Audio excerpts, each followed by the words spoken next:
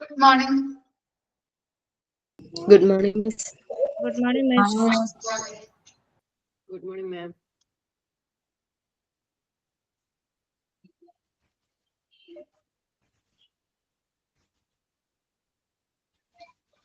Good morning. Okay, അപ്പോൾ നമ്മുടെ കഴിഞ്ഞ ക്ലാസ്സിൽ എടുത്ത് നിർത്തിയില്ല എന്തായിരുന്നു MS Excel അല്ലെ MS Excelന്റെ ഫീച്ചേഴ്സ് നമ്മൾ പറഞ്ഞു നിർത്തി. അതുപോലെ തന്നെ അപ്ലിക്കബിലിറ്റി ഹോസ്പിറ്റലുകളിൽ എങ്ങനെയാണ് എക്സൽ അപ്ലൈ ചെയ്യുന്നത് എന്നുള്ള ആ ഒരു 4 പോയിന്റ് ആണ് പറഞ്ഞു നിർത്തിയത്. ഇൻവെന്ററി മാനേജ്മെന്റ് വരെയാണ് കഴിഞ്ഞ ക്ലാസ്സിൽ നമ്മൾ പറഞ്ഞു നിർത്തിയത്. ഇനി നെക്സ്റ്റ് ആണ് ഇന്റർനെറ്റ്. ഓക്കെ, ഇന്റർനെറ്റ് നോക്കാം. നമുക്ക് എല്ലാവർക്കും അറിയാവുന്ന കാര്യമാണ് അല്ലെ ഇന്റർനെറ്റ് എന്താണ് നോക്കാം. Communicating through the internet has revolutionized the people's way to connect and interact globally. It has opened up a multitude of meetings place for quick and convenient communication.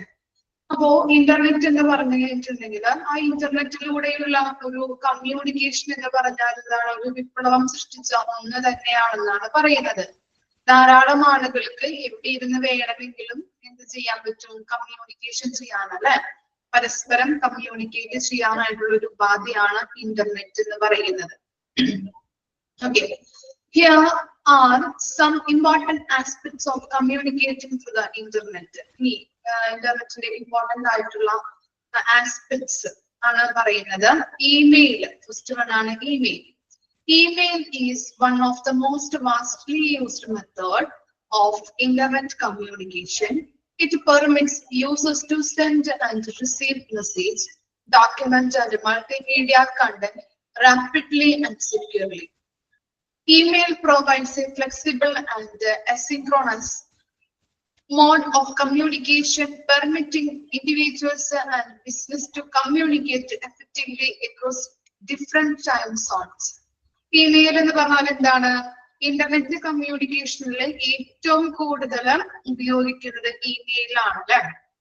Okay, ഇത് നമുക്ക് എന്താണ്, ഡോക്യുമെന്റുകള്, അതുപോലെ തന്നെ ഇമേജസുകള്, വീഡിയോസുകള്, ഓഡിയോസുകളൊക്കെ സുരക്ഷിതമായിട്ട് അയക്കാനും സ്വീകരിക്കാനും കഴിയുന്നുണ്ട് ഇമെയിലിലൂടെ.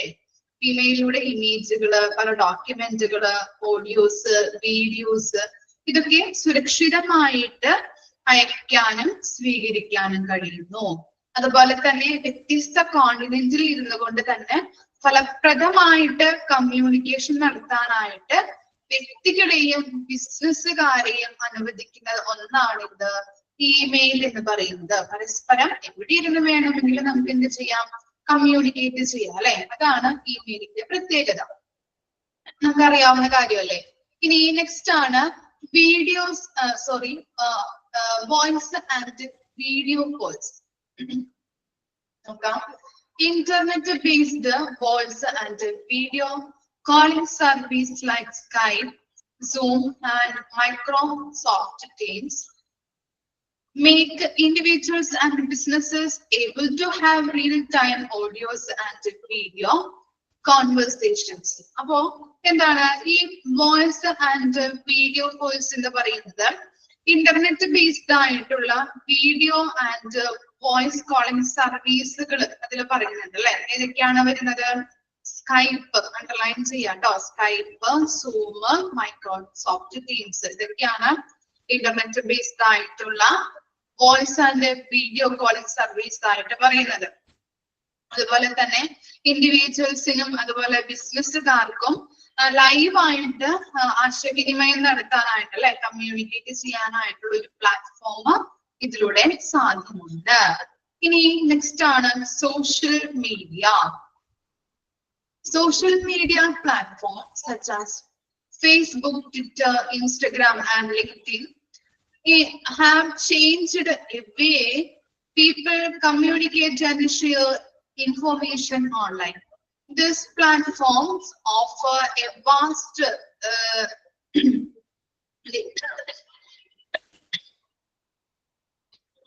range of communication tools, which include status updates, comment such as direct messaging and video sharing.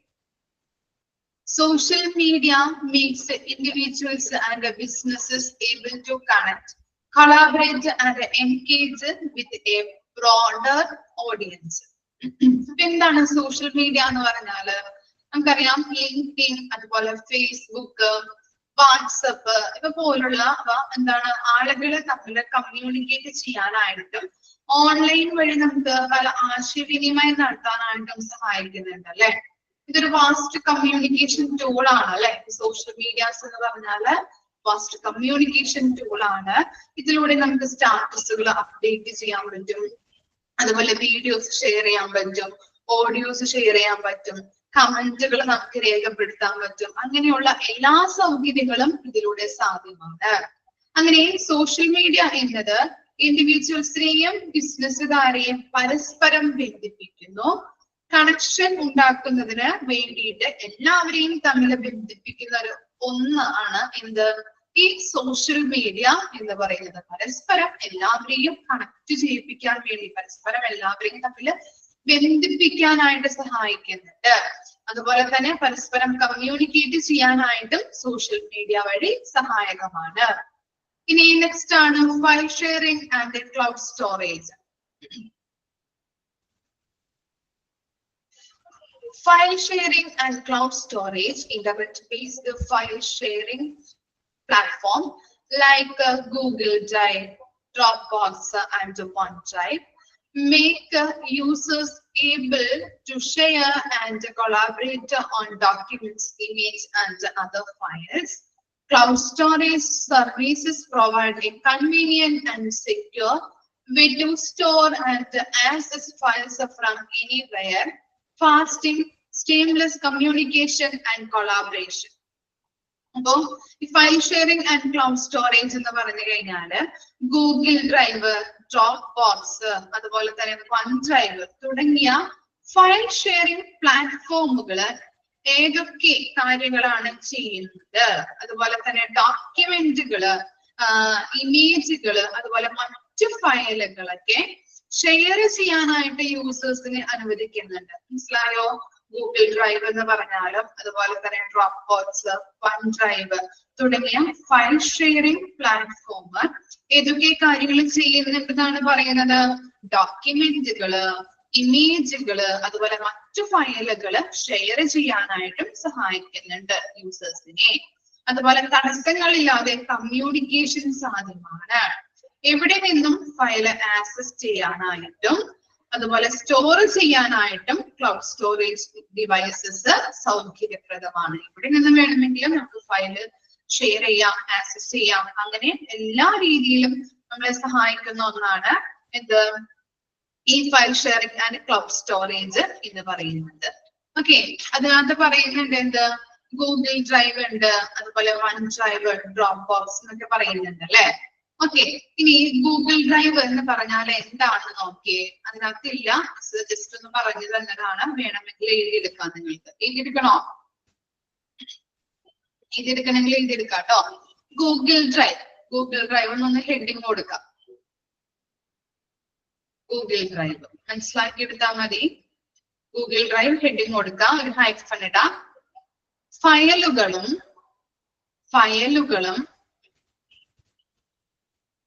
ഫോൾഡറുകളും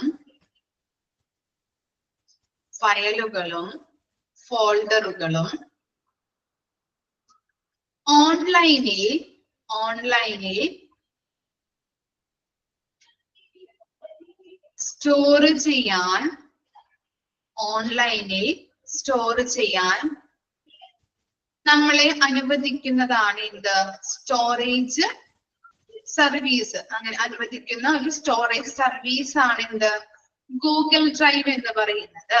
okay, ഒന്നുകൂടി പറയാം. ഫയലുകളും ഫോൾഡറുകളും ഓൺലൈനിൽ സ്റ്റോർ ചെയ്യാൻ നമ്മളെ അനുവദിക്കുന്ന സ്റ്റോറേജ് സർവീസ് ആണ് ഗൂഗിൾ ഡ്രൈവ് എന്ന് പറയുന്നത്. ഫയലുകളും ഫോൾഡറുകളും ഓൺലൈനിൽ സ്റ്റോർ ചെയ്യാൻ നമ്മളെ അനുവദിക്കുന്ന സ്റ്റോറേജ് സർവീസ് ആണ് ഗൂഗിൾ ഡ്രൈവ്. ഇനി നെക്സ്റ്റ് ഹെഡിങ് കൊടുക്കാം drop box. Drop box hyphen ഇടാം. ഏതൊരു ഡിവൈസസിൽ നിന്നും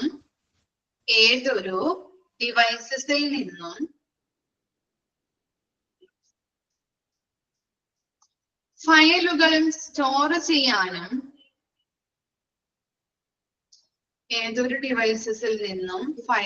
സ്റ്റോർ ചെയ്യാനും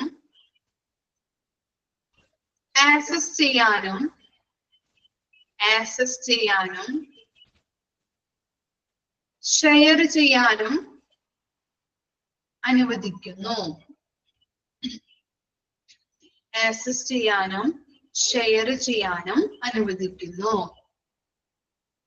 ഏതൊരു ഡിവൈസസിൽ നിന്നും ഫയലുകൾ സ്റ്റോർ ചെയ്യാനും ആക്സസ് ചെയ്യാനും ഷെയർ ചെയ്യാനും അനുവദിക്കുന്നു. നെക്സ്റ്റ് ആണ് വൺ ഡ്രൈവ്. ഹൈഫൺ ഇട്ട് കൊടുക്കുക.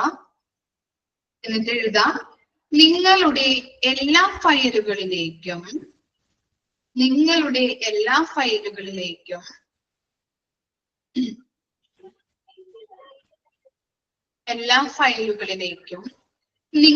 ബന്ധിപ്പിക്കുന്ന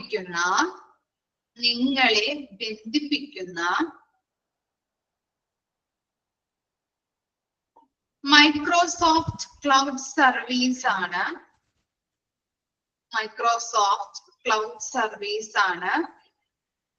one drive. Microsoft cloud service ആണ് വൺ ഡ്രൈവ്. എന്തിനു ഉപയോഗിക്കുന്നുണ്ടത്? ഫയൽ സ്റ്റോർ ചെയ്യാനും ഷെയർ ചെയ്യാനും ഇത് ഉപയോഗിക്കുന്നു. ഫയല് ഷെയർ ചെയ്യാനും സ്റ്റോർ ചെയ്യാനും ഉപയോഗിക്കുന്നു. വൺ ഡ്രൈവ് എന്ന് പറഞ്ഞാല് നിങ്ങളുടെ എല്ലാ ഫയലുകളിലേക്കും നിങ്ങളെ ബന്ധിപ്പിക്കുന്ന മൈക്രോസോഫ്റ്റ് ക്ലൗഡ് സർവീസ് ആണ് വൺ ഡ്രൈവ് എന്ന് പറയുന്നത്. ഫയല് സ്റ്റോർ ചെയ്യാനും അതുപോലെ ഷെയർ ചെയ്യാനും ഇത് ഉപയോഗിക്കുന്നു.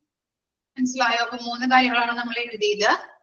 Google drive, drop box, one drive. Google drive എന്ന് പറഞ്ഞാല് ഫയലുകളും ഫോൾഡറുകളും ഓൺലൈനിൽ സ്റ്റോർ ചെയ്യാനായിട്ട് നമ്മളെ അനുവദിക്കുന്നത്. ഇനി അതുപോലെ തന്നെ ഡ്രോപ്പ് ബോക്സ് എന്ന് പറഞ്ഞാൽ എന്താണ്? ഏതൊരു ഡിവൈസസിൽ നിന്നും ഫയലുകൾ സ്റ്റോർ ചെയ്യാനും ആക്സസ് ചെയ്യാനും ഷെയർ ചെയ്യാനും അനുവദിക്കുന്ന ഒന്നാണ് ഡ്രോപ്പ് ബോക്സ്. അതുപോലെ വൺ ഡ്രൈവ് എന്ന് പറഞ്ഞാല് നിങ്ങളുടെ എല്ലാ ഫയലുകളിലേക്കും നിങ്ങളെ ബന്ധിപ്പിക്കുന്ന മൈക്രോസോഫ്റ്റ് ക്ലൗഡ് സർവീസ് ആണ് വൺ ഡ്രൈവ് എന്ന് പറയുന്നത്. ഇതെന്തിനൊക്കെ സഹായകമാണ്? ഫയൽ സ്റ്റോർ ചെയ്യാനും ഷെയർ ചെയ്യാനായിട്ടും ഇത് ഉപയോഗിക്കുന്നുണ്ട്. ക്ലിയർ ആയോ? File sharing and cloud storage എന്ന് പറഞ്ഞാൽ എന്താണ്? Google drive, drop box, one drive തുടങ്ങിയ ഫയൽ ഷെയറിംഗ് പ്ലാറ്റ്ഫോമുകള് എന്തൊക്കെ ചെയ്യുന്നുണ്ട്? ഈ ഇവ മൂന്നും എന്ത് ചെയ്യുന്നുണ്ട്? ഡോക്യുമെന്റുകള്, ഇമേജുകള്, ഫയലുകള് ഇത് ഷെയർ ചെയ്യാനായിട്ട് യൂസേഴ്സിനെ സഹായിക്കുന്നുണ്ട്. അതുപോലെ തന്നെ നല്ല രീതിയിൽ തടസ്സങ്ങളില്ലാതെ കമ്മ്യൂണിക്കേറ്റ് ചെയ്യാനായിട്ട് സഹായിക്കുന്നു. എവിടെ നിന്നും ഫയലുകൾ ആക്സസ് ചെയ്യാനും സ്റ്റോർ ചെയ്യാനും ക്ലൗഡ് സ്റ്റോറേജ് ഡിവൈസസ് ഉപകാരപ്രദമാണ്. ഓക്കെ, ഇനി നെക്സ്റ്റ് നോക്കിയേ. ഫിഫ്ത്ത് വൺ ആണ് എന്ത്? Webinars and online presentations. Okay, Internet communication permits for hosting of webinar and online presentations, where speakers can give out the content and interact with the participants in real time. Platforms such as GoToWebinar and WebEx facilitate interactive online events which enables the knowledge of sharing training sessions and product demonstration. ഇവിടെ എന്താണ്, internet help ചെയ്യുന്നുണ്ട് അല്ലെ, ഇങ്ങനെയുള്ള online presentation, webinar, online presentation ഒക്കെ സഹായകപ്രദമാണ് അല്ലെ internet എന്ന് പറയുന്നത്. അതുപോലെ തന്നെ നോളജ് ഷെയർ ചെയ്യാനായിട്ട്, ട്രെയിനിങ് സെഷൻസ്, ട്രെയിനിങ്ങുകൾ നടത്താനായിട്ട്, അതുപോലെ പ്രൊഡക്റ്റ് ഡെമോൺസ്ട്രേഷൻ ഒക്കെ നടത്താനായിട്ട് നമുക്ക് ഇതിലൂടെ നടത്താനായിട്ട് സഹായിക്കുന്നുണ്ട്. നിങ്ങളിപ്പോ കണ്ടിട്ടുണ്ടാവും ഓൺലൈൻ പ്രസന്റേഷൻ ഒക്കെ ചെയ്തവരുണ്ടോ? ഇല്ല, ഓൺലൈൻ പ്രസന്റേഷൻ ആരും ചെയ്തിട്ടില്ല? ചെയ്തിട്ടുണ്ട്, ശ്രുതി ചെയ്തിട്ടുണ്ട് അല്ലെ? ഓക്കെ, അതിന്റെ എങ്ങനെയാണെന്നുള്ളതൊന്ന് പറഞ്ഞു തരാൻ പറ്റുമോ? എക്സ്പീരിയൻസ് അറിയാത്തവരുണ്ടെങ്കിൽ അവർക്കൊന്ന് ഷെയർ ചെയ്യാം കേട്ടോ. ഓക്കെ, ഒന്ന് അൺമ്യൂട്ട് ആക്കാം. ജസ്റ്റ് ഒന്ന് ഷെയർ ചെയ്യാൻ പറ്റും? അൺമ്യൂട്ട് ആക്കിയിട്ടുണ്ട്. സെമിനാർസും പ്രൊജക്ട്സും ഒക്കെ ചെയ്തിട്ടുള്ളത്.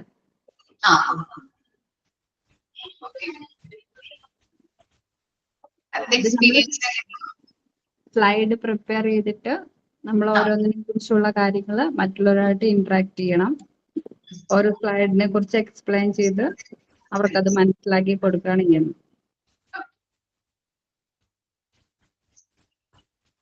Thank you. മനസ്സിലായോ എല്ലാവർക്കും? സ്ലൈഡ് പ്രസന്റേഷൻ നമ്മൾ ചെയ്തിട്ടുണ്ടാവും ഡിഗ്രിക്ക്, അതുപോലെ തന്നെ +2 പഠിക്കുമ്പോഴും കുറെ പ്രൊജക്ടുകള്, സെമിനാർസ് ആയാലും നമ്മൾ അങ്ങനെയാണ് കണ്ടക്ട് ചെയ്യാറല്ലേ. നമ്മള് സ്ലൈഡുകളൊക്കെ പ്രിപ്പയർ ചെയ്തിട്ട് ആളുകൾക്ക് അത് അണ്ടർസ്റ്റാൻഡബിൾ ആക്കുന്ന രീതിയിൽ പറഞ്ഞു കൊടുക്കുക, പല പിക്ചേഴ്സ് കാണിച്ചു കൊടുക്കുക, വീഡിയോസ്, ഇതൊക്കെയാണ് ഇന്റർനെറ്റിലൂടെ നമ്മൾ ഓൺലൈൻ പ്രസന്റേഷനിലൂടെ നടക്കുന്നത്. ഓക്കെ, ഓവറോൾ ആയിട്ട് നോക്കിയേ, ചെറിയ ഒരു ഷോർട്ട് ഇതിൽ പറഞ്ഞിരിക്കുന്നതാണ്. Overall communicating through the internet offers a range of effective, convenient and dynamic method to link with others, share information and collaborate across distance. The internet has brought people closer together, promoting globally connectivity and breaking down barriers of the time and location. ഇവിടെ നമുക്ക് എന്താണ്, നല്ല രീതിയിൽ നമുക്ക് മൊത്തത്തില് ഇന്റർനെറ്റിലൂടെയുള്ള ഒരു ആശയവിനിമയം എന്ന് പറഞ്ഞാല് മറ്റുള്ളവരിലേക്ക് ലിങ്ക് ചെയ്യാനായിട്ട്, മറ്റുള്ളവരുമായിട്ട് ലിങ്ക് ചെയ്യാനായിട്ടും, വിവരങ്ങൾ പങ്കിടാനായിട്ടും, എന്തെങ്കിലും ബാരിയേഴ്സ് ഒക്കെ ഉണ്ടെങ്കിൽ അവിടെ ഒക്കെ സഹകരിച്ച് പ്രവർത്തിക്കാനായിട്ടും ഈ ഇന്റർനെറ്റിലൂടെയുള്ള കമ്മ്യൂണിക്കേഷൻ നമുക്ക് സാധ്യമാണ് അല്ലെ. അങ്ങനെ നമ്മളെ സഹായിക്കുന്നുണ്ട് പല കാര്യങ്ങളിലും, പല രീതിയിൽ നമുക്ക് കമ്മ്യൂണിക്കേറ്റ് ചെയ്യാനായിട്ടും, പല മെസ്സേജുകൾ അയക്കാനായിട്ടും, ഡോക്യുമെന്റുകൾ ഷെയർ ചെയ്യാനായിട്ടും, അങ്ങനെ പല രീതിയിൽ നമുക്ക് ഉപകാരപ്രദമാണ് ഇത് ഇന്റർനെറ്റ് എന്ന് പറയുന്നത്. ഓക്കെ, നമുക്കറിയാവുന്ന കാര്യങ്ങളാണ്, നമ്മൾ ഇപ്പോഴും ചെയ്തുകൊണ്ടിരിക്കുന്ന കാര്യങ്ങളാണ് അല്ലെ. ഇനി നെക്സ്റ്റ് ആണ് web browsers. Okay, web browsers. Web browsers are software application that make users able to evaluate and navigate the World Wide Web. Okay, World Wide Web in short form endana www. Okay, okay, World Wide Web, www. They provide a graphical user interface for individual to interact with the websites, search for information and consuming online content. Example for Google Chrome, Mozilla Firefox. Okay, web browsers എന്ന് പറഞ്ഞാൽ എന്താണ്? കമ്പ്യൂട്ടറുകളും അതുപോലെ മൈക്രോഫോൺസുകളും mobile ഫോൺസുകളും ഉപയോഗിച്ച് നമുക്ക് ചില ഇൻഫർമേഷൻസുകളായാലും അതുപോലെ തന്നെ public വെബ്സൈറ്റുകളും access ചെയ്യാനായിട്ട് നമുക്ക് സാധിക്കുന്നുണ്ട്. കമ്പ്യൂട്ടറുകളും മൊബൈൽ ഫോൺസുകളും യൂസ് ചെയ്തുകൊണ്ട് ചില ഇൻഫർമേഷൻസുകളായാലും അതുപോലെ പബ്ലിക് വെബ്സൈറ്റുകളായാലും ആക്സസ് ചെയ്യാൻ സാധിക്കുന്നുണ്ട്. ഇത്തരത്തില് ആക്സസ് ചെയ്യാൻ ഉപയോഗിക്കുന്ന സോഫ്റ്റ്വെയർ ആപ്ലിക്കേഷൻ ആണ് എന്ത്? വെബ് ബ്രൗസർ എന്ന് പറയുന്നത്. മനസ്സിലായോ? നമ്മളിപ്പോ വെബ് ബ്രൗസർ ഉപയോഗിച്ചുകൊണ്ടാണ് www ആക്സസ് ചെയ്യുന്നത് ഇല്ലേ? എക്സാമ്പിൾ ഇപ്പൊ എന്താണ് ഗൂഗിൾ ക്രോമിൽ പോയിട്ട് നമ്മൾക്ക് എന്താണ് എന്തെങ്കിലും ഇൻഫർമേഷൻസ് കിട്ടാൻ വേണ്ടിയിട്ട് നമ്മൾ സെർച്ച് ചെയ്ത് നോക്കാറുണ്ട് അല്ലെ?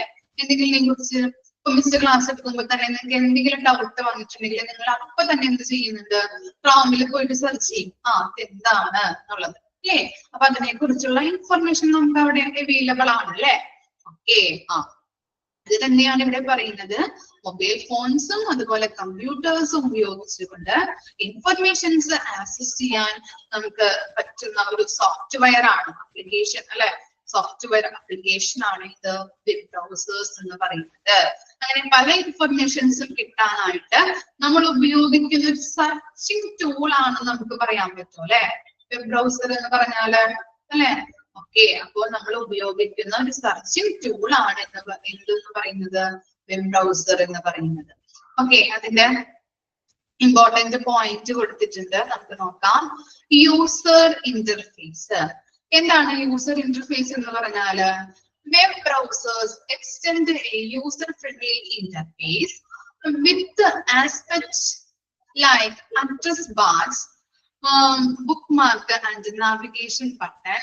They permit users to get into website address URLs or search queries and exhibit the requested web pages in a visually appealing format. അപ്പൊ എന്താണ് യൂസർ ഇന്റർഫേസ് എന്ന് പറഞ്ഞാല്? നമുക്ക് യൂസർ ഫ്രണ്ട്ലി ഇന്റർഫേസ് ആണ്. അതുപോലെ തന്നെ നമ്മളിപ്പോ സെർച്ച് ചെയ്യുമ്പോൾ നമ്മൾ എവിടെയാണ് സെർച്ച് ചെയ്യാറ്? അഡ്രസ് ബാർ ഉണ്ടാവും അല്ലെ? ഈ അവിടെ നമ്മൾ പോയിട്ട് ക്ലിക്ക് ചെയ്യുന്നിട്ടാണ് നമ്മൾ ചെയ്യാറ് അല്ലെ? അടിച്ചു കൊടുക്കും. ഇനി ബുക്ക് മാർക്ക് എന്ന് പറഞ്ഞാൽ നിങ്ങൾ കണ്ടിട്ടുണ്ടാവുമല്ലോ, ഇങ്ങനെ ഒരു സ്റ്റാറിന്റെ ഒരു ഇത് കണ്ടിട്ടില്ലേ നിങ്ങൾ? Book mark. അതുപോലെ തന്നെ നാവിഗേഷൻ ബട്ടൺ എന്ന് പറഞ്ഞാൽ എന്താണ്?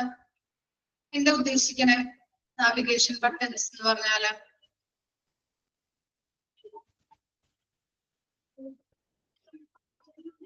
എന്തായിരിക്കും?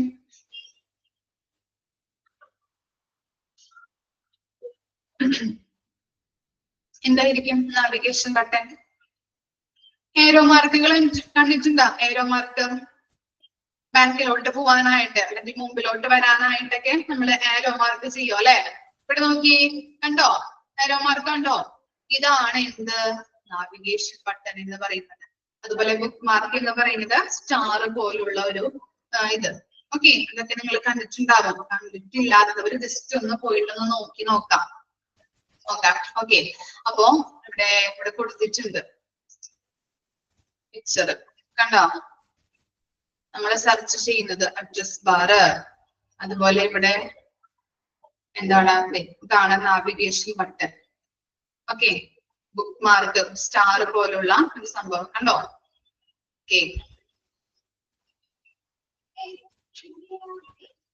ഓക്കെ, അപ്പോ അങ്ങനെയുള്ള കാര്യങ്ങൾ അല്ലെ? നാവിഗേഷൻ ബട്ടൺ ഉണ്ടാവും, അതുപോലെ അഡ്രസ് ബാറുകൾ ഉണ്ടാവും, അതുപോലെ തന്നെ ബുക്ക് മാർക്സ്.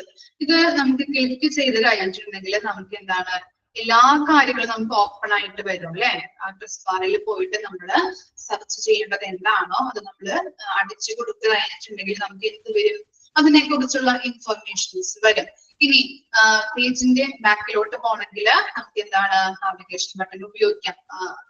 ബാക്കിലോട്ട് പോകണമെങ്കിലും അതുപോലെ തന്നെ ആ പേജിലോട്ട് വരണമെങ്കിലും ആ രണ്ട് ആരോ മാർക്കുകൾ യൂസ് ചെയ്തുകൊണ്ട് നമുക്ക് അത് സൗകര്യപ്രദമാണ് അതിനുള്ള ഇൻഫർമേഷൻ കിട്ടാൻ വേണ്ടിയിട്ട്. അതാണ് അവിടെ പറയുന്നത്. ഇനി നെക്സ്റ്റ് ആണ് എന്തെന്ന് പറയുന്നത്? Rendering web pages. Browsers utilise rendering engines to explain and display web content. ഇനി റെൻഡറിംഗ് വെബ് പേജസ് എന്ന് പറയുന്നത് നമ്മൾ തിരയുന്ന കാര്യം എന്താണോ, നമുക്ക് എന്തെങ്കിലും കുറിച്ചൊരു ഇൻഫർമേഷൻ വേണമെന്നുണ്ടെങ്കിൽ, എന്തെങ്കിലും കാര്യത്തിനെ കുറിച്ച് ഇൻഫർമേഷൻ വേണമെന്നുണ്ടെങ്കിൽ ഇതാണ് അവിടെ പറയുന്നത്. നമ്മൾ തിരയുന്ന കാര്യം എന്താണോ അത് വിഷ്വലി അപ്പീലിംഗ് ആയ രീതിയിൽ യൂസറിന് മുൻപിൽ ഡിസ്പ്ലേ ചെയ്യാൻ സഹായകമാണ്. അതിനെയാണ് റെൻഡറിംഗ് വെബ് പേജ് ഇല്ലേ? നമ്മൾ തിരിയുന്നത്, നമ്മൾ അടിച്ചു കൊടുത്തു കഴിഞ്ഞിട്ടുണ്ടെങ്കിൽ അതെന്താണ്? എല്ലാ കാര്യങ്ങളും അപ് ടു ഡേറ്റ് ആയിട്ട് എല്ലാ കാര്യങ്ങളും അതിനെ കുറിച്ച് വരും അല്ലെ? അല്ലേ? ആണോ? അതാണ് അവിടെ പറയുന്നത്. നമ്മൾ തിരയുന്ന കാര്യം എന്താണോ അത് വിഷ്വലി അപ്പീലിംഗ് ആയ രീതിയിൽ യൂസറിന് മുൻപിൽ ഡിസ്പ്ലേ ചെയ്യാൻ സാധിക്കുന്നു. അതാണ് റെൻഡറിംഗ് വെബ് പേജ്. ഇനി tabbed browsing. Tabbed browsing is an accepted features in web browsers that permits users to open multiple web pages within a single browser's window. Bookmarks and history. Browsers make users able to bookmark their most liked website for quick access. They also keep a browsing history, permitting users to revisit formerly visited web pages. ഇവിടെ പറയുന്നത് tabbed browsing എന്ന് പറഞ്ഞു കഴിഞ്ഞിട്ടുണ്ടെങ്കിൽ എന്താണ്? Multiple web pages ഒരേ സമയം നമുക്ക് web browsers ഉപയോഗിച്ചുകൊണ്ട് ഓപ്പൺ ചെയ്യാൻ പറ്റും. മനസ്സിലായോ? മൾട്ടിപ്പിൾ വെബ് പേജസ് ഒരേ സമയം വെബ് ബ്രൗസേഴ്സ് ഉപയോഗിച്ചുകൊണ്ട് നമുക്ക് ഓപ്പൺ ചെയ്യാൻ പറ്റുന്നു. അറ്റ് എ ടൈമില് ഡിഫറെന്റ് വെബ് പേജുകൾ ആക്സസ് ചെയ്യാൻ പറ്റും. അതിനെയാണ് ടാബ്ഡ് ബ്രൗസിംഗ് എന്ന് പറയുന്നത്. എക്സാമ്പിൾ പറയുമ്പോൾ നിങ്ങൾക്ക് മനസ്സിലാവും. ഞാനിപ്പോ PSCയുടെ വെബ്സൈറ്റ് ഓപ്പൺ ആക്കി അതിൽ കുറെ കാര്യങ്ങൾ നോക്കുന്നുണ്ട്. ഓക്കെ, PSCയുടെ വെബ്സൈറ്റ് ഓപ്പൺ ആക്കി വെച്ചിരിക്കുന്നു. ഇനി അതേ സമയം തന്നെ ഞാൻ എന്ത് ചെയ്യുന്നുണ്ട്? മനോരമ ഓൺലൈൻ വെബ് പേജുകൾ ഓപ്പൺ ആക്കാൻ എനിക്ക് പറ്റുന്നുണ്ട്. അപ്പൊ ഞാൻ എന്താണ് ഒരേ സമയം രണ്ട് വെബ് പേജുകൾ അല്ലേ ആണോ ഓപ്പൺ ആക്കുന്നത്? PSCയുടെ ഓപ്പൺ ആക്കി അതേ സമയം അറ്റ് എ ടൈം തന്നെ എനിക്ക് മനോരമയുടെ ഓൺലൈൻ വെബ് പേജ് ഓപ്പൺ ആക്കാൻ പറ്റുന്നു. ഓക്കെ, അതാണ് tabbed browsing. Multiple web pages ഒരേ സമയം വെബ് ബ്രൗസേഴ്സ് ഉപയോഗിച്ചുകൊണ്ട് ഓപ്പൺ ആക്കാനായിട്ട് പറ്റുന്നു. അറ്റ് എ ടൈമില് ഡിഫറെന്റ് വെബ് പേജുകൾ ആക്സസ് ചെയ്യാനായിട്ട് സാധിക്കുന്നുണ്ട്. അതാണ് ടാബ്ഡ് ബ്രൗസിംഗ്. ക്ലിയർ ആയോ? ഇനി എന്താണ് next? Security and privacy. Web browsers give priority to security and privacy features to protect users' data and provide a secure browsing experience. എന്താ പറയുന്നത്? നമ്മള് ഇപ്പോ സെക്യൂരിറ്റി ആൻഡ് പ്രൈവസിയിൽ പറയുന്നത് എന്താണ്?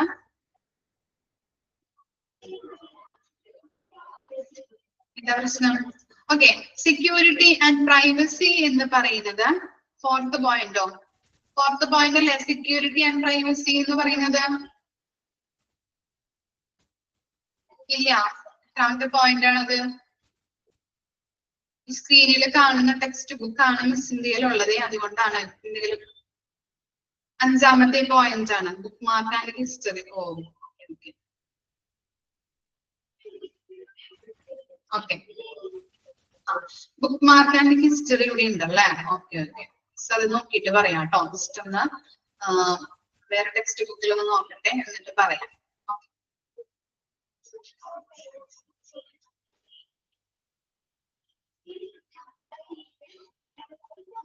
ഓക്കെ, അപ്പോ എന്താണ് സെക്യൂരിറ്റി ആൻഡ് പ്രൈവസി? ഇവിടെ പറയുന്നത് എന്താണ്? നമ്മളിപ്പോ ഒരു കാര്യം നമ്മൾ നെറ്റിൽ സെർച്ച് ചെയ്യുമ്പോ അതിന്റെ മുൻപിലായിട്ട് ചില കാര്യങ്ങൾ വരാറുണ്ട്. നിങ്ങൾ ശ്രദ്ധിച്ചിട്ടുണ്ടോ? എന്തെങ്കിലും വന്നതായിട്ട് ഓർക്കുന്നുണ്ടോ? എന്തെങ്കിലും നമ്മൾ അടിച്ചു കൊടുക്കുമ്പോ ഓർക്കുന്നുണ്ടോ? നമ്മളിപ്പോ എന്തെങ്കിലും സെർച്ച് ചെയ്യുമ്പോ ആ അടിച്ചു കൊടുക്കുന്നതിന് മുൻപിലായിട്ട് എന്ത് വരാറുണ്ട്? സെർച്ച് ചെയ്യുമ്പോ എന്ത് വരാറുണ്ട്? പാസ്വേഡ്. പാസ്വേഡ് ആണോ? ആണോ?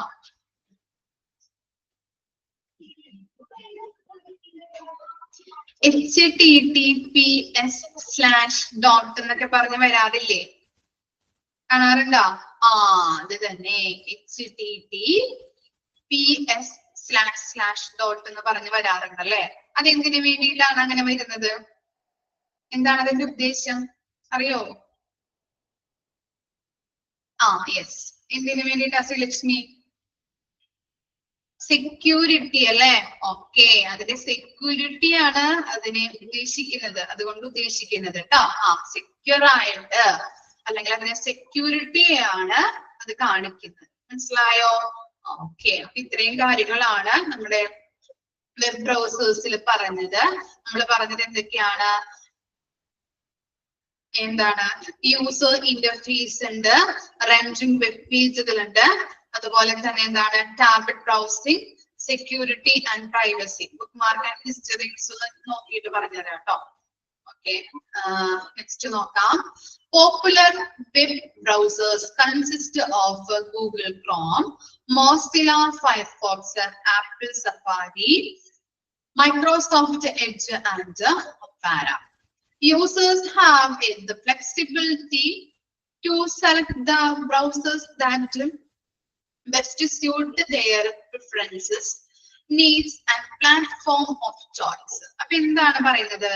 യൂസേഴ്സിന് ചോയ്സ് അനുസരിച്ചിട്ട് ബ്രൗസേഴ്സ് ചൂസ് ചെയ്യാൻ പറ്റും ഇല്ലേ? ഓരോരുത്തർക്കും ഓരോ ഇഷ്ടങ്ങളാണ് അല്ലെ.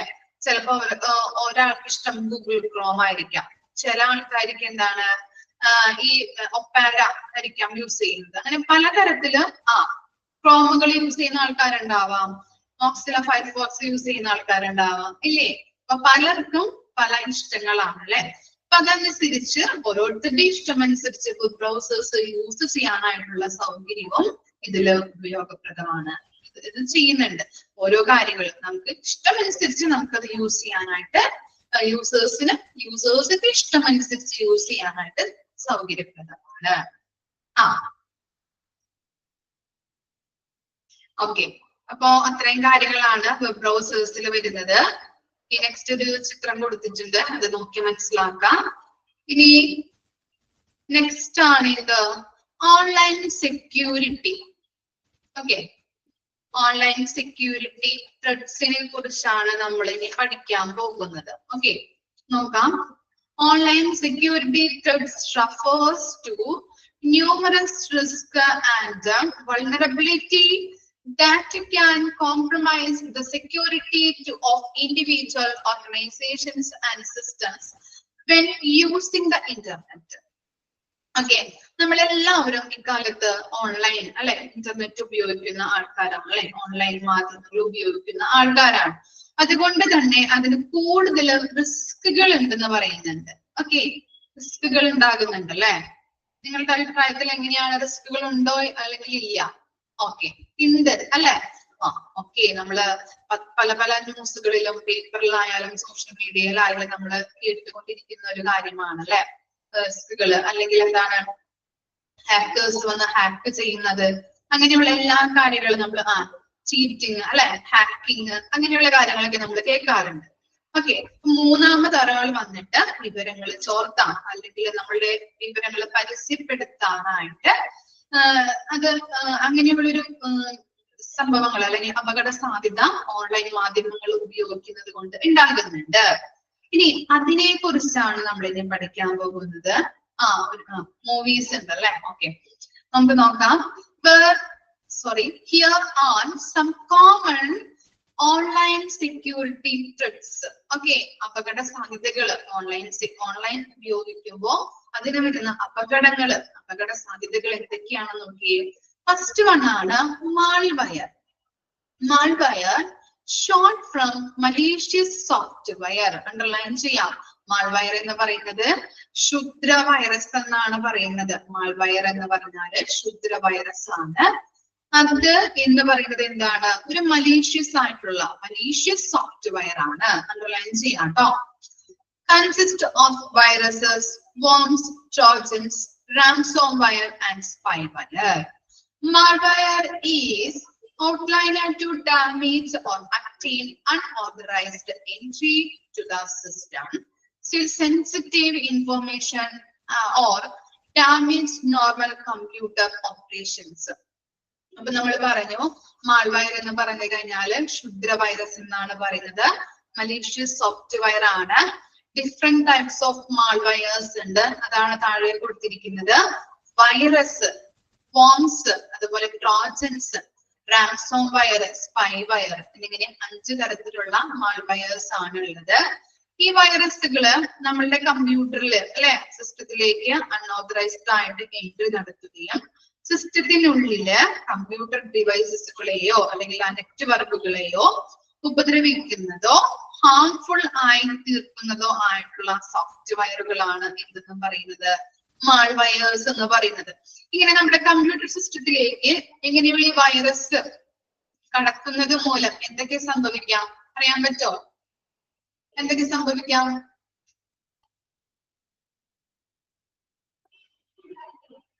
സിസ്റ്റത്തിന്റെ ഉള്ളിലെ ഡാറ്റാസ് അല്ലെ, ഡാറ്റ എന്ത് ചെയ്യും?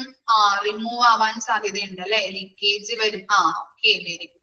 റിമൂവ് അല്ലെ, ആക്രമിക്കുന്നതിലൂടെ ആ വൈറസ് നമ്മുടെ കമ്പ്യൂട്ടർ സിസ്റ്റത്തിലേക്ക് കടക്കുന്നതിലൂടെ ഡാറ്റാസ് ഒക്കെ നഷ്ടമാകും അല്ലെ.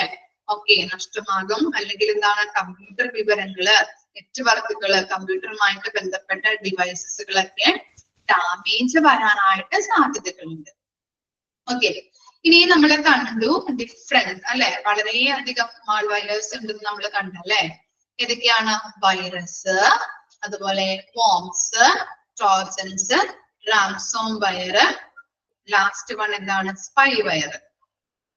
ഓക്കെ, ഇനി ഓരോന്നും ജസ്റ്റ് ഒന്ന് എഴുതിയെടുക്കാം.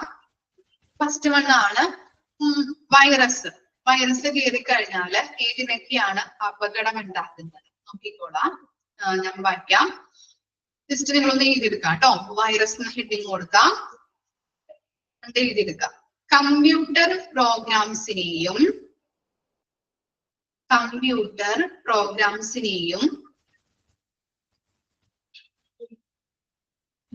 ഫയൽസിനെയും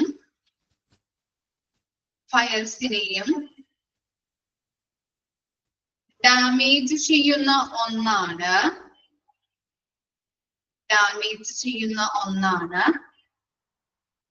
വൈറസ്. ഡാമേജ് ചെയ്യുന്ന ഒന്നാണ് വൈറസ്. കമ്പ്യൂട്ടർ പ്രോഗ്രാംസിനെയും ഫയൽസിനെയും ഡാമേജ് ചെയ്യുന്ന ഒന്നാണ് വൈറസ്. നെക്സ്റ്റ് ആണ് വോംസ്. കമ്പ്യൂട്ടർ നെറ്റ്വർക്കുകളെ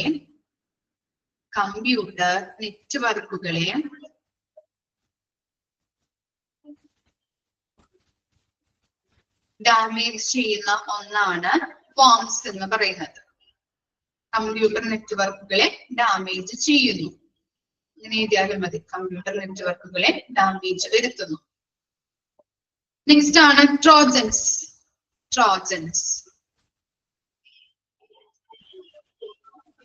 അപ്ലിക്കേഷൻസ്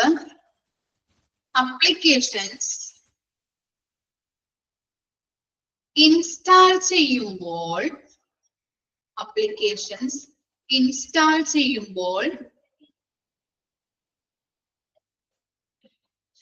നമ്മുടെ മൊബൈൽസിലോ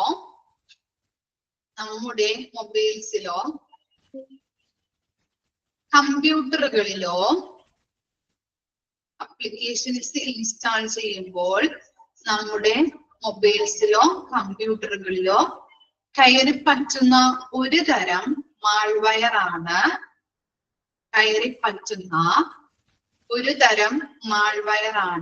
ട്രോജൻസ് എന്ന് പറയുന്നത്. കയറി പറ്റുന്ന ഒരു തരം മാൾവെയറാണ് ട്രോജൻസ്.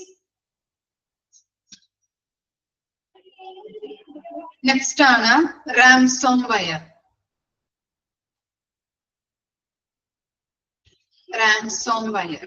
കമ്പ്യൂട്ടർ ഫയലുകളെ ആക്രമിക്കുന്നു. കമ്പ്യൂട്ടർ ഫയൽസുകളെ അല്ലെങ്കിൽ ഫയൽസിനെ ആക്രമിക്കുന്നു. കമ്പ്യൂട്ടർ ഫയലുകളെ ആക്രമിക്കുന്നു. നെക്സ്റ്റ് ആണ് സ്പൈവെയർ.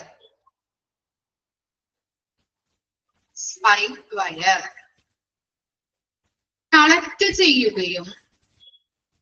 ചെയ്യുകയും സ്റ്റോർ ചെയ്ത് വെച്ച ഡാറ്റാസിനെയും നശിപ്പിക്കുന്നു.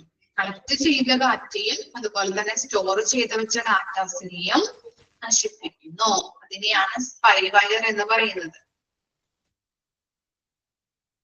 ഒന്നുകൂടി ആദ്യം മുതൽ മിസ് ഒന്ന് വായിക്കാം. വൈറസ് എന്ന് പറയുന്നത് കമ്പ്യൂട്ടർ പ്രോഗ്രാംസിനെയും ഫയലിനെയും ഡാമേജ് ചെയ്യുന്ന ഒന്നാണ് വൈറസ്. വ്രോംസ് എന്ന് പറഞ്ഞാല് കമ്പ്യൂട്ടർ നെറ്റ്വർക്കുകളെ ഡാമേജ് ചെയ്യുന്ന ഒന്നാണ്.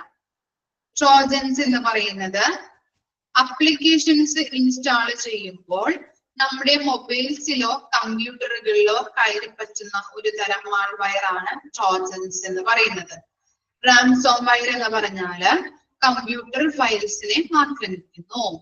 സ്പൈവെയർ എന്ന് പറഞ്ഞാല് കളക്ട് ചെയ്ത് വെച്ചതും അതുപോലെ സ്റ്റോർ ചെയ്ത് വെച്ച ഡാറ്റാസിനെയും നശിപ്പിക്കുന്നു. ഓക്കെ, കിട്ടിയോ? ഇതൊക്കെയാണ് മാൾവെയർസിൽ വരുന്നത് കേട്ടോ. ഇനി ആർക്കെങ്കിലും ഉണ്ടാവും കേട്ടോ കിട്ടാത്തതോ ഉണ്ടോ? കിട്ടിയ എല്ലാവർക്കും? ഓക്കെ.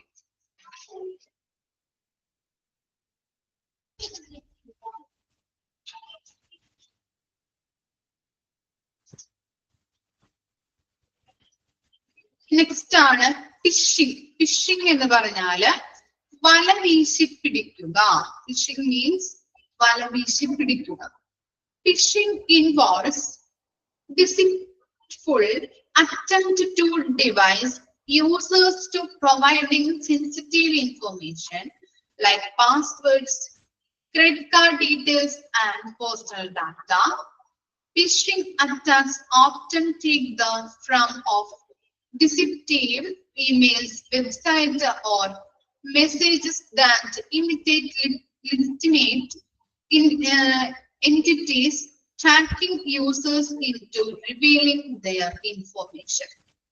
അപ്പോ ഫിഷിംഗ് എന്ന് പറഞ്ഞു കഴിഞ്ഞിട്ടുണ്ടെങ്കിൽ ഒരു വ്യക്തിയുടെ സെൻസിറ്റീവ് ഇൻഫർമേഷനെ ചോർത്തുകയോ പരസ്യപ്പെടുത്താനായിട്ട് പ്രേരിപ്പിക്കുന്നതോ ആണ് ഫിഷിംഗ് എന്ന് പറയുന്നത്.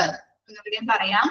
ഒരു വ്യക്തിയുടെ സെൻസിറ്റീവ് ഇൻഫർമേഷൻസ് ചോർത്തുകയോ പരസ്യപ്പെടുത്താൻ പ്രേരിപ്പിക്കുന്നതോ ആണ് ഫിഷിംഗ് എന്ന് പറയുന്നത്. പലതരത്തിലാവാം. എന്താണ്? ഫേക്ക് വെബ്സൈറ്റുകൾ ഉപയോഗിക്കുന്നതിലൂടെ, ഫേക്ക് ഇമെയിൽസ് വഴി, അതുപോലെ തന്നെ ഫേക്ക് മെസ്സേജിലൂടെയൊക്കെയാണ് ഇങ്ങനെയുള്ള കാര്യങ്ങൾ എന്ത് ചെയ്യുന്നത്? ചോർത്തുന്നത്, ഇൻഫർമേഷൻസ് ചോർത്തുന്നത്.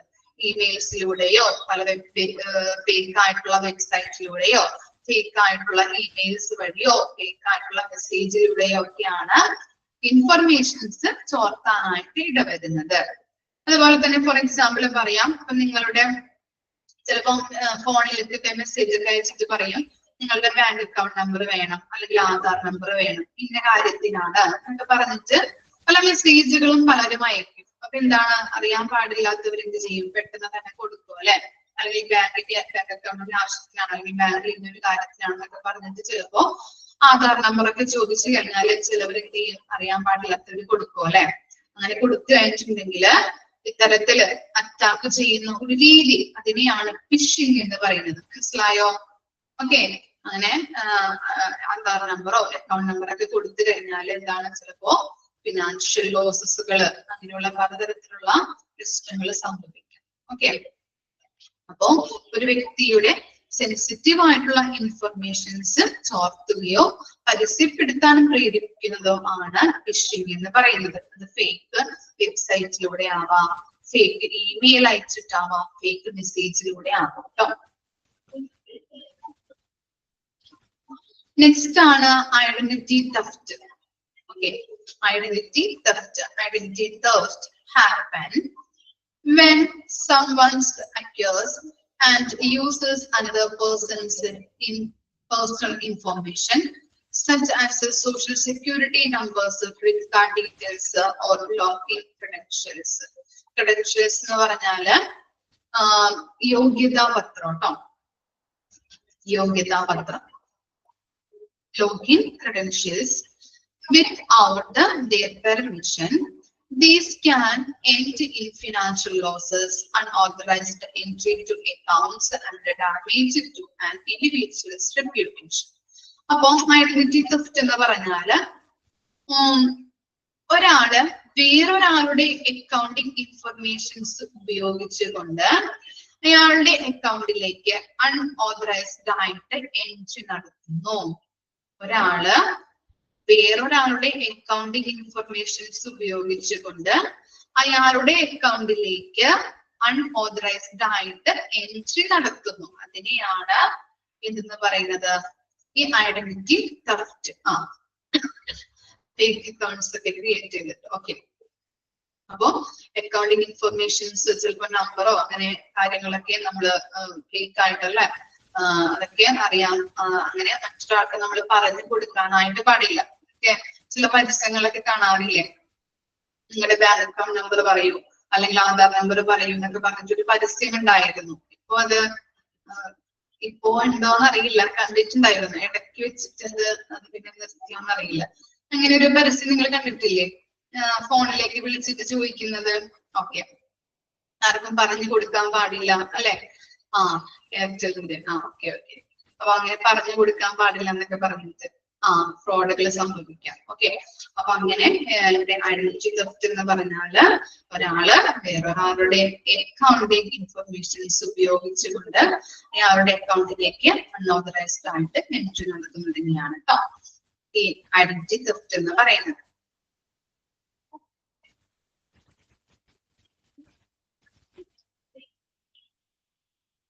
ഇനി നെക്സ്റ്റ് ആണ് ഡാറ്റ ബ്രീച്ചസ്. എയർടെലിന്റെ okay. Data breaches. Data breaches includes unauthorized entry to sensitive information like personal records, financial data, and intellectual property, normally through hacking or exploiting vulnerability in system or networks. Data breaches may end in a lot of financial losses, reputational damages, and compromised privacy. എന്താണ് data breaches എന്ന് പറഞ്ഞിട്ടുണ്ടെങ്കിൽ ഒരാളുടെ protective numbers, ഒരാളുടെ protective ആയിട്ടുള്ള നമ്പേഴ്സുകളോ അല്ലെങ്കിൽ credit card ഡീറ്റെയിൽസോ അദ്ദേഹത്തിന്റെ personal വിവരങ്ങളോ അയാളുടെ അനുവാദമില്ലാതെ സ്വന്തമാക്കുകയോ ഉപയോഗിക്കുകയോ ചെയ്യുകയാണെങ്കിൽ അതിനെയാണ് നമ്മള് ഡാറ്റ ബ്രീച്ചേഴ്സ് എന്ന് പറയുന്നത്. മനസ്സിലായോ? ഒരാളുടെ പ്രൊട്ടക്റ്റീവ് നമ്പർ അല്ലെങ്കിൽ ക്രെഡിറ്റ് കാർഡ് ഡീറ്റെയിൽസ്, അയാളുടെ പേഴ്സണൽ ഡീറ്റെയിൽസ് അയാളുടെ അനുമതി ഇല്ലാതെ അല്ലെങ്കിൽ അനുവാദമില്ലാതെ സ്വന്തമാക്കുകയോ ഉപയോഗിക്കുകയോ ചെയ്യുകയാണെങ്കിൽ അതിനെയാണ് നമ്മൾ ഡാറ്റ ബ്രീച്ചേഴ്സ് എന്ന് പറയുന്നത്. ഇനി ഒരു തരത്തിൽ പറഞ്ഞിട്ടുണ്ടെങ്കിൽ ഇത് ഹാക്കിങ്ങോ അല്ലെങ്കിൽ സ്റ്റോളൻ എന്ന് പറഞ്ഞാല് STOLEN സ്റ്റോളൻ എന്ന് പറഞ്ഞാൽ മോഷ്ടിക്കുക. ഹാക്കിംഗ് ആവാം അല്ലെങ്കിൽ സ്റ്റോളൻ എന്ന വിഭാഗത്തിലാണ് ഇത് പെടുന്നത്. ഡാറ്റ ബ്രീച്ചേഴ്സ് വരുന്നത് എന്താണ്? ഹാക്കിംഗ് ആയിട്ടോ അല്ലെങ്കിൽ സ്റ്റോളൻ എന്ന വിഭാഗത്തിലോ ആണ്. ഇതുമൂലം അയാളുടെ ഇൻഫർമേഷൻ എടുത്ത് അയാൾക്ക് അവർക്ക് എന്തുണ്ടാവുന്നുണ്ട്? ഫിനാൻഷ്യൽ ആയിട്ടുള്ള ലോസസ് സംഭവിക്കാം. അല്ലെങ്കിൽ ഇപ്പൊ കമ്പനീസ് ഒക്കെ ആണെങ്കിൽ അയാളുടെ കമ്പനി റെപ്യൂട്ടേഷൻ സൽപ്പേരിനെ ബാധിക്കാം ഓക്കെ, റെപ്യൂട്ടേഷണൽ ഡാമേജുകൾ സംഭവിക്കാം. അങ്ങനെ പ്രശസ്തി അയാളുടെ പ്രശസ്തി ലോ ആയി പോവാനായിട്ട് ഇടവരുന്നുണ്ട്. അപ്പോ ഡാറ്റ ബ്രീച്ചേഴ്സ് എന്ന് പറഞ്ഞിട്ടുണ്ടെങ്കിൽ ഒരാളുടെ പ്രൊട്ടക്റ്റീവ് നമ്പേഴ്സോ ക്രെഡിറ്റ് കാർഡ് ഡീറ്റെയിൽസോ അദ്ദേഹത്തിന്റെ പേഴ്സണൽ ആയിട്ടുള്ള വിവരങ്ങള് അദ്ദേഹത്തിന്റെ അനുവാദമില്ലാതെ സ്വന്തമാക്കുകയോ ഉപയോഗിക്കുകയോ ചെയ്യുകയാണെങ്കിൽ അതിനെയാണ് നമ്മൾ ഡാറ്റ ബ്രീച്ചേഴ്സ് എന്ന് പറയുന്നത്. ഡാറ്റ ബ്രീച്ചേഴ്സ് ഏത് വിഭാഗത്തിലാണ് വരുന്നത്? ഒരു തരത്തിൽ പറഞ്ഞാല് ഹാക്കിംഗ് ആവാം, അല്ലെങ്കിൽ സ്റ്റോളൻ മോഷ്ടിക്കുക എന്ന വിഭാഗത്തില് വരുന്നു. ഓക്കെ, ഇതുമൂലം എന്താ സംഭവിക്കുന്നത്? അദ്ദേഹത്തിന് ഫിനാൻഷ്യൽ ലോസ് ഉണ്ടാവാം, അല്ലെങ്കിൽ അയാളെ റെപ്യൂട്ടേഷനെ ബാധിക്കാം. ക്ലിയർ ആയോ? ഇത്തരം കാര്യങ്ങളൊന്ന് വായിച്ചു നോക്കിയേ.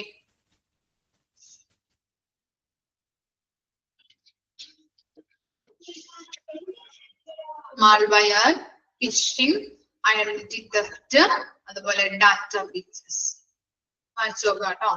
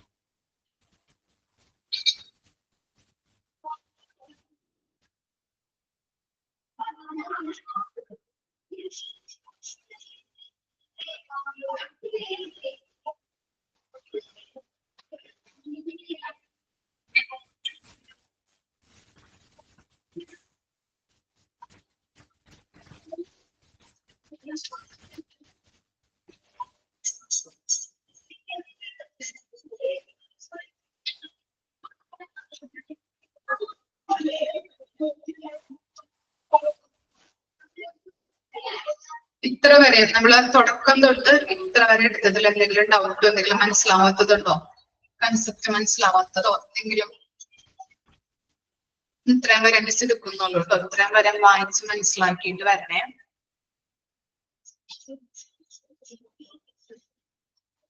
ക്ലിയർ ആണല്ലേ? ഓക്കെ. ഓൺലൈൻ സെക്യൂരിറ്റി ഒന്ന് നോക്കണം കേട്ടോ. ബാക്കിയുള്ളത് ജസ്റ്റ് വെബ് ബ്രൗസേഴ്സ് ഒക്കെ ജസ്റ്റ് ഒന്ന് നോക്കിയാൽ മതി. അതിനകത്തൊന്നും ക്വസ്റ്റ്യൻസ് ഒന്നും അങ്ങനെ കണ്ടിട്ടില്ല. പിന്നെ ഇന്റർനെറ്റ് കാര്യങ്ങൾ നിങ്ങൾക്ക് അറിയാവുന്ന കാര്യങ്ങളാണ്. അതുപോലെ ഈ ഓൺലൈൻ സെക്യൂരിറ്റി മാൾവയേഴ്സ് മലീഷ്യസ് സോഫ്റ്റ്വെയർ ആണ്. അതൊന്ന് അണ്ടർലൈൻ ചെയ്യാം. ചിലപ്പോൾ ചോദിച്ചു കഴിഞ്ഞാൽ എഴുതണം. അതുപോലെ ഏതൊക്കെയാണ് മാൾവയേഴ്സ് എന്ന് പറയുന്നത് കേട്ടോ, അത് നോക്കാം. ഓക്കെ. അതുപോലെ തന്നെ ഫിഷിംഗ് എന്താ കൺസെപ്റ്റ് അറിയാലോ. ജസ്റ്റ് ഒന്ന് വായിച്ചു വെക്കാം. ഐഡന്റിറ്റി തെഫ്റ്റ് അത് ജസ്റ്റ് കണ്ടിട്ടില്ല, ക്വസ്റ്റ്യൻസ് ഒന്നും കണ്ടിട്ടില്ല. അതുപോലെ ഇനി എടുക്കാൻ പോകുന്നതാണ് ക്വസ്റ്റ്യൻസ് വരുന്നത്. ഡാറ്റ ബ്രീച്ചസ്, ഫിഷിംഗ്, ഇതൊക്കെ ഒന്ന് നോക്കി വെക്കാം. മാൾവയേഴ്സ് ഇമ്പോർട്ടന്റ് ആണ്, അത് നോക്കാം. നെക്സ്റ്റ് ഫിഫ്ത്ത് വൺ, അതിന്റെ ഫുൾ ഫോം ചോദിക്കാവുന്നതാണ്. MITM എന്ന് പറഞ്ഞാൽ അതിന്റെ എക്സ്പാൻഡ് ഫോം ചോദിച്ച് കണ്ടിട്ടുണ്ട്. ഓക്കെ. അപ്പോ നെക്സ്റ്റ് ക്ലാസ്സിൽ എടുക്കാം കേട്ടോ ബാക്കിയുള്ളത്. ഇത്രയും വരെ വായിച്ച് മനസ്സിലാക്കിയിട്ട് വരാം. Okay, thank you.